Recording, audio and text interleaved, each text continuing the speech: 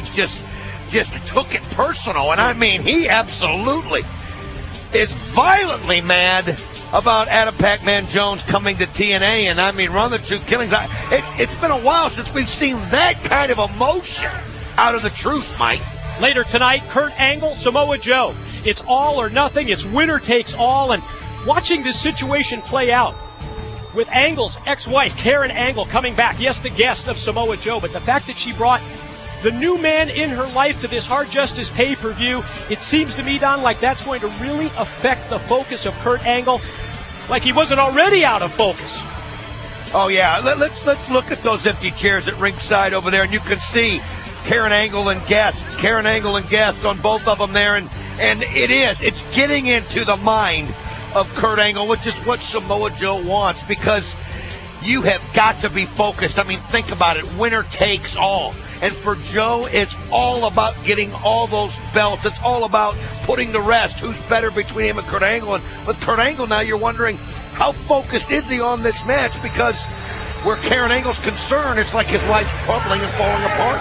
Yeah, really. It's almost like we just watched this situation with Angle over the course of the past couple of weeks with his entire family, Don, this whole situation just crumbling around him.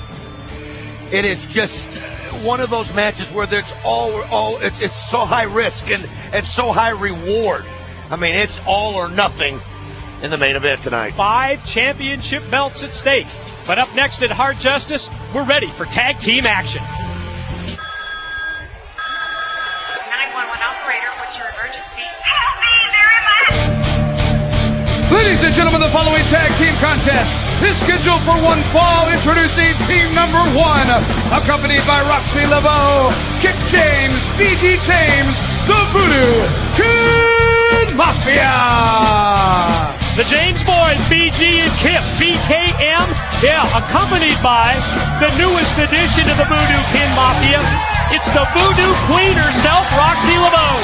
Oh, she's scary. I mean, she's just one of those that you look at her and you don't have any idea what's going on inside that brain. I mean, look at the evil in those eyes.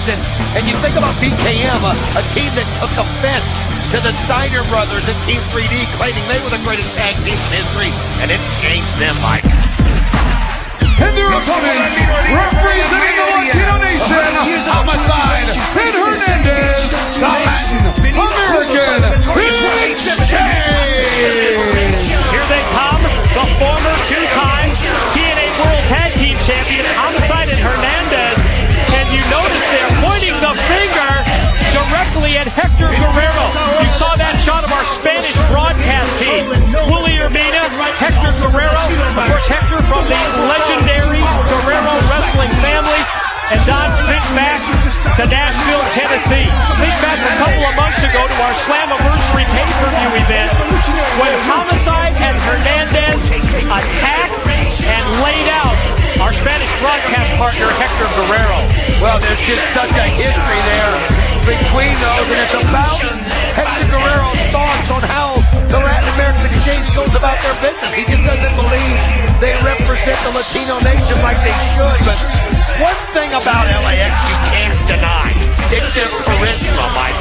I mean, there's just something about them. I mean, you get upset with the way they do things, and then you watch them in adversity and how they handle themselves in the ring, and you kind of admire them at times. They're just a real hard group to get a grasp on. It's really difficult not to appreciate, to admire the Latin American Exchange. BG going to try and use the size advantage here against Homicide, but Homicide able to outquick him at that point. Nice go behind move, and caught BG unaware with that shot.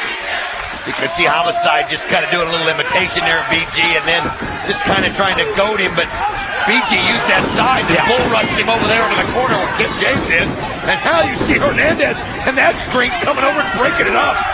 Thought it was a good idea on paper to try and double team, to use that strength, power, size advantage against Homicide, but then the man that, Don, you've referred to as the strongest individual in TNA, Big Hernandez, momentarily he came in to even sides up, But as soon as he was taken out of the picture by referee Earl Hebner, BG and Kip back in control. And boy, Kip James just sent Homicide flying across the ring, and a second time diagonally and directly back first into the corner turnbuckles.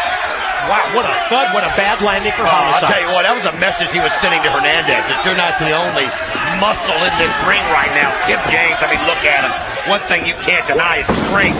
Man, he is just being super aggressive and just putting that extra oomph, Mike, into everything he's doing right now. And this is a chance for VKM to show everybody why they are considered one of the greatest tag teams in history, because LAX is considered the new blood. They're considered, you know, that new up-and-coming new school, so to speak. And they're so good in such a combination. But VKM getting control of it. I mean, think of all the tag teams here, and later tonight, yes, we will see the Steiner brothers against Team 3D, that dream tag team match that we had been anticipating for months. Didn't get to see it at Slammiversary in Nashville because of the life-threatening injury to Scott Steiner.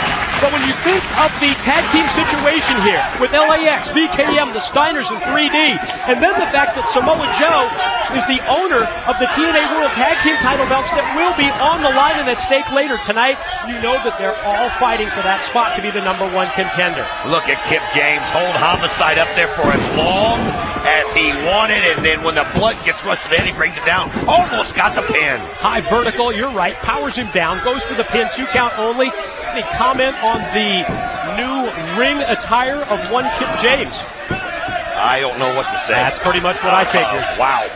You know, he's worn some things and done some hairdos that made you stop and think, but I don't even know the Voodoo Queen right there can make that one make sense. I was just going to say that ring gear is a head turner, and then as soon as we do that, we get a close-up shot of the Voodoo Queen at ringside. Looking on, and obviously she's putting a curse or something on Homicide. As you see Homicide getting the hand